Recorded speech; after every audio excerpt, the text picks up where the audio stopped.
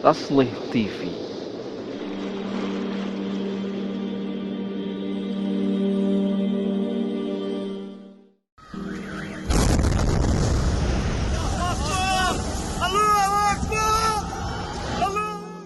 Perlu diketahui bahwa kaum Yahudi hari ini mendasari pendudukan mereka atas Palestina dengan berbagai klaim agama dan sejarah.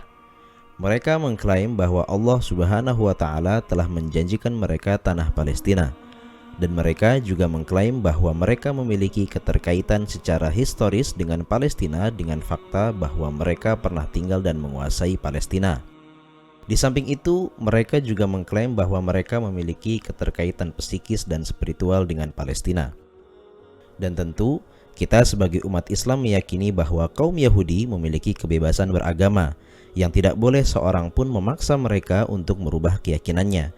Sebagaimana kaum Yahudi pun tidak memiliki hak untuk mengusir sebuah bangsa dari negerinya, sekalipun dengan dalih-dalih agama.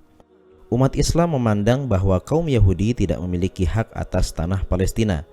Jika dilihat dari sisi agama, maka sejatinya tanah Palestina diberikan untuk Bani Israel selama mereka masih menjunjung ajaran tauhid di bawah pimpinan Rasul dan orang-orang soleh dari kalangan mereka. Namun, setelah mereka menyimpang dan membunuh nabi-nabi mereka, serta berbuat kerusakan di muka bumi, mereka pun kehilangan legalitas terhadap tanah Palestina. Adapun umat Islam, mereka meyakini bahwa merekalah pewaris hakiki ajaran tauhid dan bahwa Islam adalah kepanjangan tangan dari agama tauhid para nabi dan rasul seperti Nabi Ibrahim, Nabi Ishak, Nabi Yakub, Nabi Ismail, Nabi Musa, Nabi Daud, Nabi Sulaiman hingga Nabi Isa alaihimussalam. Sehingga umat Islam pun meyakini bahwa merekalah yang paling berhak atas warisan tanah Palestina setelah umat-umat yang lain melakukan penyimpangan.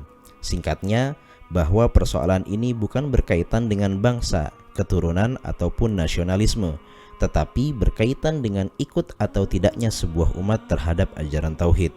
Hal ini selaras dengan surat Al-Baqarah ayat 24, di mana Allah Ta'ala berfirman, وَإِذِ ابْتَلَى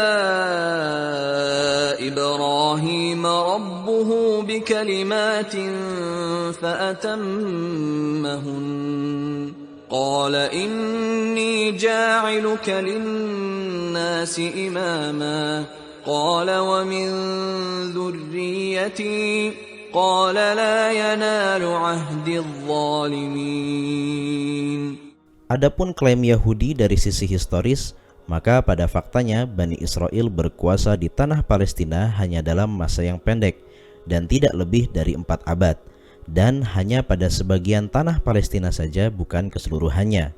Adapun kekuasaan kaum muslimin di seluruh tanah Palestina berlangsung selama 12 abad, walaupun pernah diliputi perang salib dalam kurun waktu yang tidak terlalu panjang. Fakta sejarah juga menunjukkan bahwa mayoritas kaum Yahudi telah meninggalkan Palestina, dan mereka tidak memiliki keterkaitan lagi dengan Palestina kurang lebih selama 18 abad, atau tepatnya sejak 135 Masehi hingga abad ke-20.